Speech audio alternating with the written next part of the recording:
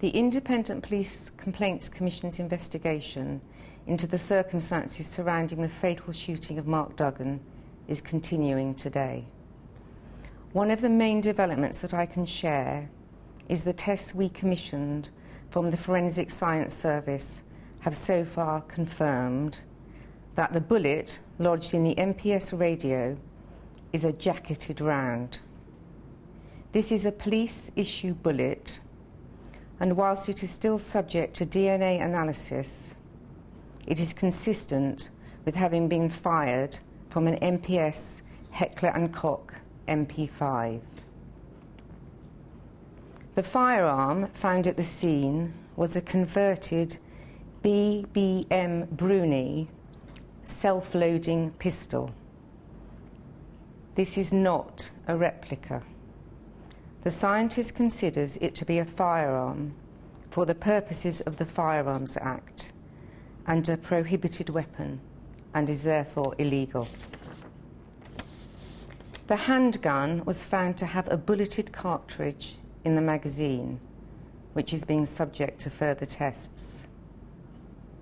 At this stage, there is no evidence that the handgun found at the scene was fired during the incident.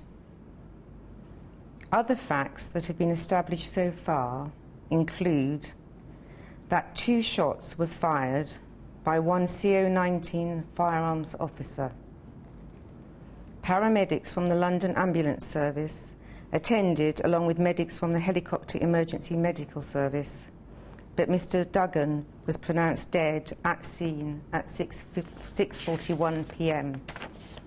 A post-mortem examination concluded that Mr. Duggan was killed by a single gunshot wound to the chest.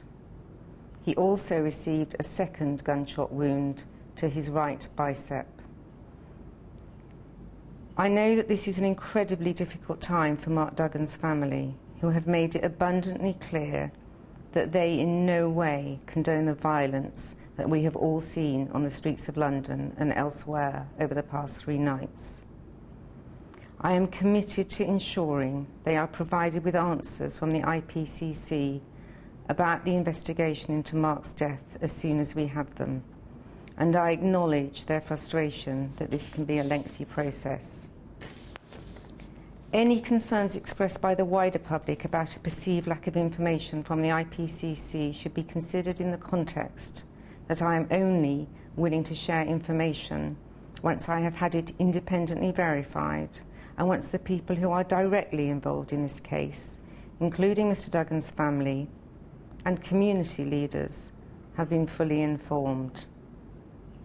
I also have a responsibility to balance the need to provide information with the need to avoid adversely affecting other judicial and coronial processes.